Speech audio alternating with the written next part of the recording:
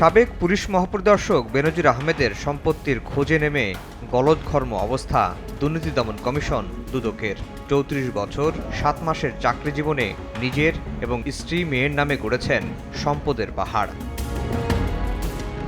প্রথম দফায় গত ২৩ মে বেনজিরের ৩৪৫ বিঘা জমি সরকারি বেসরকারি ব্যাংকে থাকা ৩৩টি হিসাব অবরুদ্ধ করে দুদক। ৩ দিন পর বেনজির ও তার স্ত্রী মেয়ের নামে থাকা ২৭৬ বিঘা জমি, গুলশান ৪টি ফ্ল্যাট ও ১ ডজনেরও বেশি প্রতিষ্ঠানের শেয়ার জব্দ করা হয়। তৃতীয় দফায় গত বুধবার ৮টি ফ্ল্যাট এবং ৭৬ বিঘা জমি জব্দের আদেশ পায় দুদক। চলছে দেশে বিদেশে বেনজির দম্পতির আরও সম্পদের খোঁজ। দুদক আইনজীবী বলছেন, সাবেক আইজিপির সম্পদের পরিমাণ দেখে হতবাক হয়েছেন তারাও। একজন সাবেক আইজিপির যেই কর্মকাণ্ড অপরাধলব্ধ আয়, এটা খুবই ডেঞ্জারাস। এই ধরনের অপরাধলব্ধ আয়ের সঙ্গে কীভাবে জড়িয়ে গেলেন এবং কেন এত অপরাধলব্ধ তিনি তার পরিবারের জন্য করলেন, এটাই আসলে আমার মনে বিশাল প্রশ্ন। নগদে ৫০০ টাকা বা তার বেশি পেমেন্টে পেতে পারেন ঢাকায় জমিসহ ২০ কোটি টাকার পুরস্কার।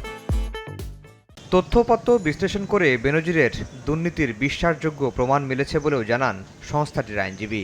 যেসব ক্রেডিবল এভিডেন্স পাওয়া গেছে সেটাকে আমাদের কাছে আপাতত মনে হচ্ছে অপরাধলব্ধ আয়, এটার যথেষ্ট বিশ্বাসযোগ্যতা হয়তো বা আছে, কিন্তু পূর্ণাঙ্গ অনুসন্ধান শেষে এটা বোঝা যাবে। বেপরোয়া সম্পদ অর্জনের বিষয়ে ২৩ জুন দুদকে ডাকা হয়েছে বেনজির আহমেদকে। ২৪ জুন হাজির হতে বলা হয়েছে স্ত্রী জিশান মির্জা ও মেয়েদের।